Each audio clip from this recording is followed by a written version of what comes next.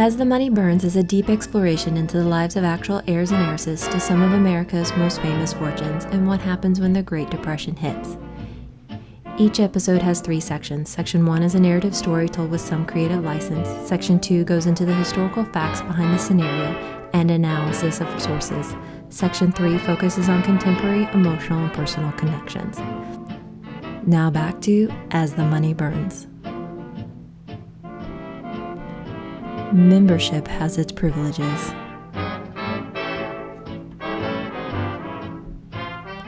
Large amounts of money always come with those scheming to get it, and anyone young or old can be prey or predator. That's why the company you keep and trust is most important. Hindsight is 20/20, but can be a little late. More importantly, how's your foresight? Section 1. Story.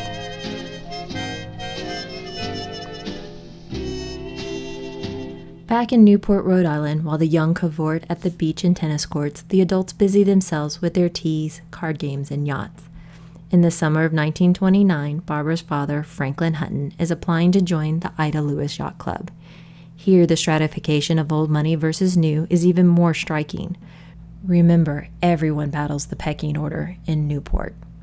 Engrossed in conversation, Nanaline Duke strolls around with the illustrious Cobina Wright, as conspicuously rich as they come, but exudes a warmth and joviality that sets her apart. Franklin nurses his whiskey while his wife, Irene, sips her tea. She's still wide-eyed and starstruck when mixing among the elite. Despite the seemingly jolly air, there's little room for error in this pool of bluebuds. He urges her to mingle. Irene protests. You can't turn around and not bump into a Vanderbilt or Rockefeller. Crossing within earshot, ever the quick wit, Cobina interjects. Everyone changes marital partners like dancing partners these days. It makes it awfully hard on the guest list and invitations. Irene welcomes the first sign of acceptance in an unaccepting crowd. Nanaline attempts to move forward, but Cobina stays planted. Her equally showy husband, the prominent, golden, curly-haired stockbroker, William A. Wright, a.k.a. Bill, comes up and pecks her on the cheek. Bill hands her a refreshed drink. Lively crowd today. As the reigning society couple, Cobina adores these moments when he is so merrily charming. Accepting the drink, Cobina nudges. There's Bob Goulet, with money to burn now that his mother's passed on. The happy-go-lucky older heir, Robert Bob Goulet, struts about wearing a silly old-style admiral hat. Any stockbroker worth his salt would be chomping at the bit. Bill and Hutton exchange glances. Throwing the gauntlet, Bill challenges. Ready to go in for the kill? Hutton muffles a contemptuous snort. What's this I hear you're buying the Mayflower? Confused, Irene asks. The actual Mayflower? Can that still sail? No, silly. The presidential yacht. Hutton is not amused at his wife's glaring stupidity. Irene remains lost. Cobina, Bill, and Nanaline avoid eye contact to stifle laughter. Unable to resist the urge to brag, Bob comes over. Purely for sentimental reasons. Never should have left the family. Always a kiss-up, Bill encourages. When is the champagne rechristening? Bob laughs and throws up his hands in false cheers. As he toddles off, the 2 stockbrokers practically salivate. Bill chases after Bob. Head knows the game well. Then again, he rethinks it and catches up to the men. Irene sighs. I guess they're off to compare bank accounts and stock shares. Nanaline scowls over the idea of missing a juicy stock tip. She bristles. It's impolite to discuss business at these affairs. With all this money, that's surprising. Irene huffed. Humored by the new interpretation, Cobina inquires. And how is that? Well, I figure how else would anyone know their status? Yes, Irene is fairly clueless. Nanaline snaps. Status is not based on as crude as matters as amounts. If only Nanaline could be that lucky. Oh. Irene sheepishly fidgets, worried she's offended her new friends. Warmly, Cobina interjects. The actual amount of wealth is arbitrary compared to when accumulated. Fortunes pre-Civil War are far more important than post. Chipperly, Irene exclaims. Oh, the Woolworths like the Dukes have been wealthy for a while, so they must be pre-Civil War. Post-Civil War. Nanaline corrects through clenched teeth. Oh, how she hates the reminder. There are several factors to consider. Once you figure out the system, it becomes clearer how to navigate. Cabina relays. Tier 1 are those born into a dynasty. The Astors, Vanderbilts, Van Alens, Goulets. Additional access granted by marriage only. Tier 2 are those who have spent time in the system, maybe lesser old money or newer wealth that have proven themselves. Tier 3, new money that needs some time to learn the ropes. Talent, skill, or marriage may elevate one up from a lower level. From afar, Cabina spots Daisy Van Alen making her way around the room. One of the best ways to get on the ladder is to score an exclusive invite. Have Doris and Barbara been invited to Louise's debut? Both Nanaline and Irene demur a no. Well, we must remedy the situation immediately. Daisy's approval would be a great boon for both girls. While Nanaline delights at the idea, Irene is in utter terror. Sugarly sweet, Nanaline suggests, "Maybe you should refresh your drink. You look a bit flushed." Nervously, Irene recuses herself. Hooking her arm into Nanaline, Cabina conspires. "You know, a Duke Van Alen match would be wonderful." Nanaline smiles at the notion. A bit later, as the afternoon begins to wind down, Daisy politely says goodbye to Nanaline and Cabina as Bill rejoins them. "How did it go, dear?" "We're going on a Mayflower excursion within a week." He beams that $1,000,000 smile. Both quite tipsy, Bob and Hutton chumily leave the lighthouse. Left behind, Irene hustles out the door to catch up with her husband. Hutton 1, Bill 0. To his female companions, Bill shrugs and downs his scotch. "How can one join a yacht club without having a yacht? Don't get me wrong, the Huttons are brilliant stockbrokers, but their success has been mostly due to marrying up." "There's nothing wrong with marrying up. I certainly did." Cabina toys with her necklace. "My dear, you fell from the heavens, a shining star on the stage and on my arm." Cabina playfully slaps her husband, who catches then kisses her hand. "Doesn't she sparkle?" He shows off her jeweled hand to Nanaline, who nods in agreement. As for Hutton, who rents in Newport, makes me fear for poor Barbara. What will be left when she comes into her inheritance? Nanaline, Doris is so fortunate she has you looking out for her interest.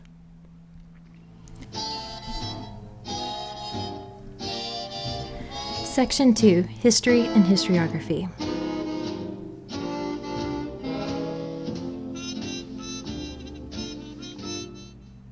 The 1920s was a time of excess and exuberance, and 1929 is plenty more of the same. During that summer, the bull market hit record highs. The rich need to stay rich, and that means their money needs to be earning more money. And there's no better way than through investments. Thus, we feature two prominent stockbrokers making their way by making money for others. Franklin Hutton was not born with the silver spoon set. Far from it. His father left the Ohio farm and moved to Manhattan, but died in 1885, leaving his widow with 3 young children. In abject poverty, the family scrambled to make ends meet. Still determined and hardworking, they found ways to continue their education. Upon finishing school in 1904, Franklin joined his older brother, Edward Francis, more popularly known as EF, on the New York Stock Exchange. Within a couple short years, they would form their own independent brokerage firm. EF was insistent on having an office in San Francisco, the first one on the West Coast, and they installed a direct telegram line to New York. This became an essential part of their success and downfall. The 1906 San Francisco earthquake and the subsequent fires were devastating, but EF sent word to New York liquidating all West Coast assets and protecting their clients, something that would take nearly a week for the rest of the country to catch up. But the damage was too much, and the firm was struggling and about to close. Only Franklin had made an advantageous marriage to Edna Woolworth, and his father-in-law, Frank W. Woolworth, guru behind the Five and Dime mercantile store, loaned him the money to bail the company out. The brothers then did the hard work of learning from failure and building a successful California firm and making it one of the most prestigious on Wall Street, E.F. Hutton Brokerage Firm. Franklin's marriage to Edna was not as successful. They had a child, Barbara, and Edna would tragically die in 1917, predeceasing her parents. When Woolworth and his widow eventually passed away over 7 years later, Edna's portion of the inheritance went all directly to Barbara, with Hutton managing the funds. Franklin was an odd man in his own right. He loved his alcohol and women, a serial philanderer. He could also be extremely tight-fisted, never spending his own money when possible. Avoidant of adding unnecessary ongoing expenses, he would borrow his brother's yacht and rent the beachbound estate in Newport. As a father, he took very little interest in Barbara, but was extremely focused on her estate. Since society membership required certain items, on Barbara's behalf, he would petition for court approval to purchase a luxury railcar, townhome, or whatever else large expense as the trust required. The kicker, every expense would be times 2. Whenever Barbara got something, the poor Irene needed to get the equivalent. Barbara's invite to join the social register also meant it was time he could apply for membership at the Ida Lewis Yacht Club, despite not owning a yacht himself. His brother E.F.'s second marriage in 1920 was to Marjorie Merriweather Post, an exceedingly wealthy heiress to the Post serial fortune, $250 million in 1914, today over $2.5 billion. With E.F.'s assistant, Marjorie would buy out rival companies, renaming the company General Foods in 1929. The couple led a very conspicuous and lavish lifestyle. From society's perspective, the brothers' success in the stock market was nothing compared to their marital conquest. Golden boy William A. Wright was a whole other breed. His name reveals it all. His paternal last name Wright is not of much note, and his father abandoned the family very early on without financial impact.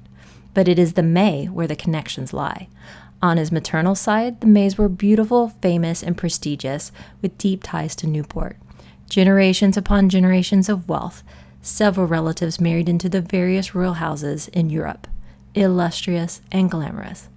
Not content to merely be a wealthy heir, he set out to make his own through the stock market and did more than quite well for himself.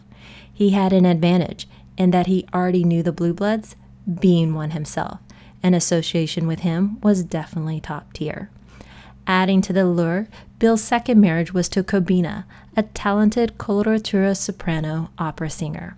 The top soprano with the highest vocal range, think Marie Calais or any noteworthy soprano, is a coloratura.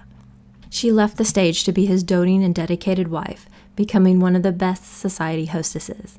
They had a curly-headed blonde child, Cobina Jr., and the couple dazzled everyone with their luxurious homes and fabulous parties.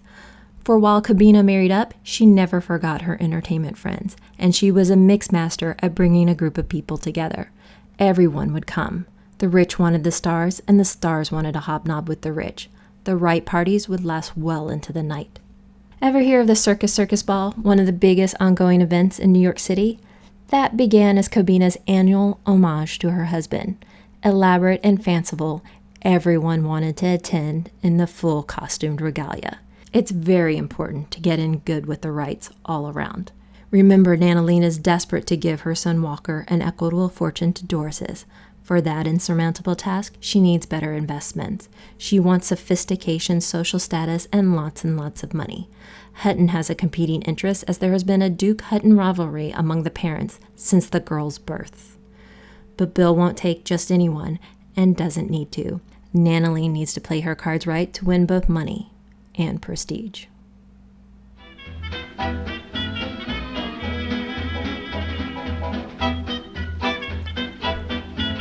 Section 3. Contemporary and Personal Relevance.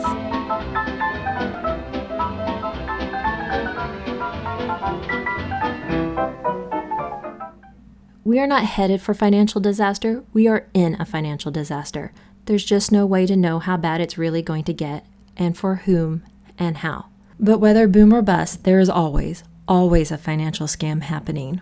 Ponzi schemes feed on boom and get exposed during bust. So the only question we have is what is about to be exposed and what is about to begin.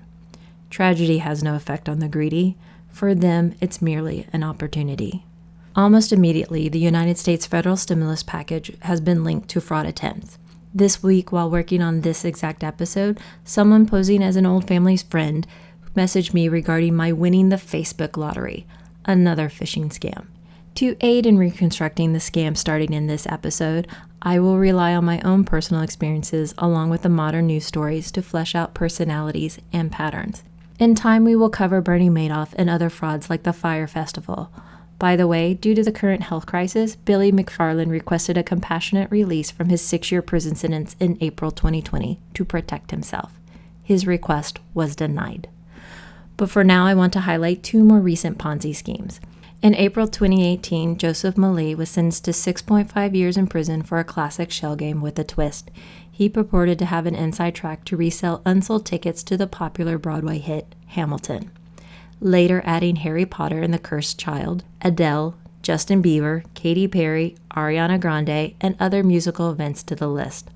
Overall, he defrauded 138 investors out of more than $97 million in a classic shell game, from which $51 million went to fund a lavish lifestyle, an East Hampton house, a 2017 Porsche, private schools, camp tuitions, and casinos.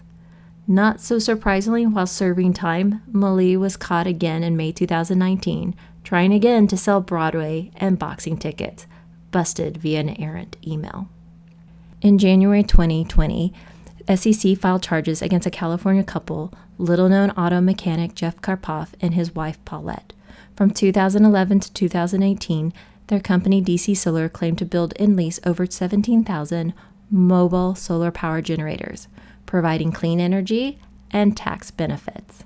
It was a legitimate business in 2009, and it quickly grew. And within 2 years, problems arose when interest far outmatched current production capabilities.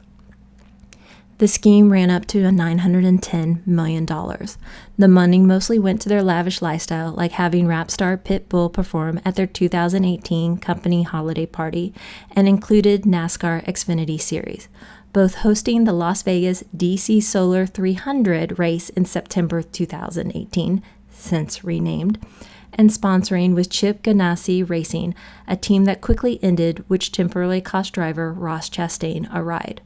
Kyle Larson's winning Camaro was put on auction to recoup cost. Though not an investor, Nascar took a brunt hit.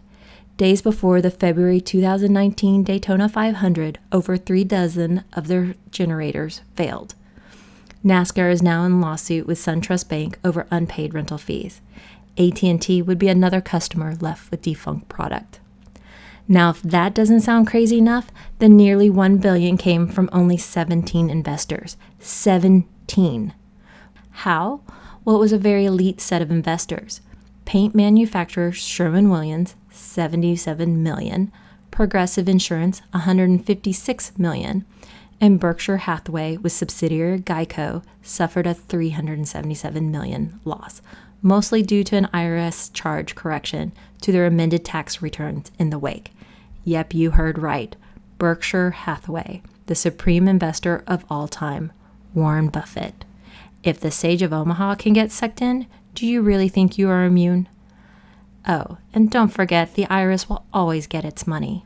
Death and taxes are the only guaranteed things in life. Broadway, racing, taxes, and scams, so much to cover, but we have plenty of time.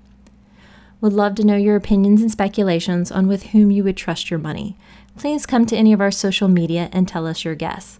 You can find us at As the Money Burns on Facebook, Twitter, and Instagram. Links available via the website too.